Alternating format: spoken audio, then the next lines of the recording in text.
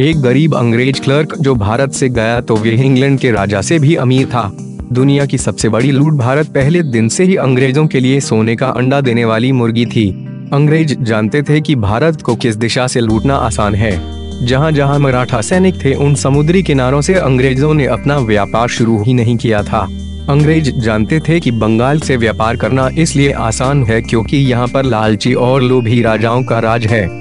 यह राजा बस किसी भी कीमत पर राज करना चाहते हैं।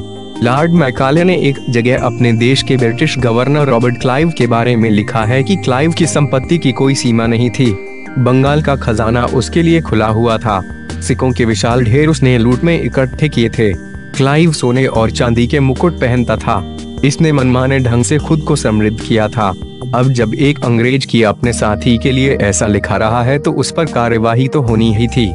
क्लाइव ने यह सारा धन बंगाल से लूटा था, जिसके बाद ब्रिटिश ईस्ट इंडिया कंपनी ने क्लाइव के ऊपर कार्रवाई करके उसको वापस अपने देश बुला लिया था।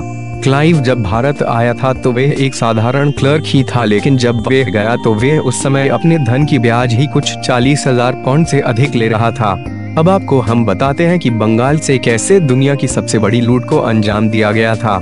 दुनिया की सबसे बड़ी लूट में अंग्रेजों ने 8 सालों में 6 अरब पाउंड लूटे। प्रोफेसर कुसुम अल्ता केडिया की पुस्तक भारत के विकास की भावी दिशा के अंदर पेज 192 पर यह बातें सबूत के आधार पर लिखी हुई हैं। यहाँ बताया गया है कि क्लाइव के राज में बंगाल एक निरीह बेसहारा शिकार की तरह से लालची अंग्रेज अफसरों के झुंड का शिकार हुआ था।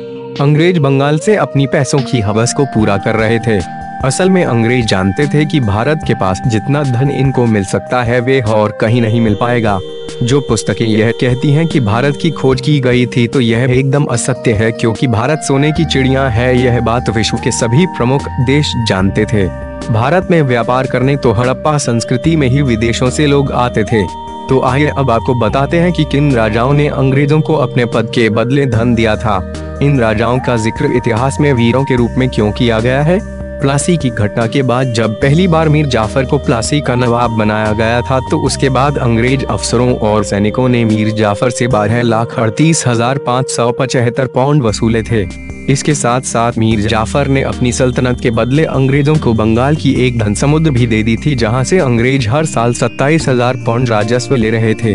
1763 में मीर जाफर को दोबारा प्लासी का नवाब बनाया गया था तो उसके पीछे अंग्रेजों का लालच ही था। दोबारा नवाब बनने पर जाफर ने 5,01,65 पाउंड अंग्रेजों को दे दिए थे। अब यह तो साफ है कि मीर जाफर अपने पद के लिए अंग्रेजों को भारत का धन दिए जा रहा था। साल 1765 में निजामुद्दौला को पैसों की खातिर ही मीर की जगह नवाब बनाया गया था। तब अंग्रेजों को इसने 665 पाउंड की बड़ी रकम दी थी। आप इस बात को रमेश चंद्र कृत भारत का आर्थिक इतिहास खंड 1 के पेज 22 पर आसानी से देख सकते हैं। एक छोटे से आंकलन की माने तो 1757 से 1765 के बीच 8 साल में ही अंग्रेज 6 अरब पाउंड लूट चुके थे। यह धन बंगाल की समस्त वार्षिक राजस्व से 4 गुना अधिक था। इस प्रकार से अंग्रेजों ने मात्र 8 सालों में दुनिया की सबसे बड़ी लूट को अंजाम दिया था।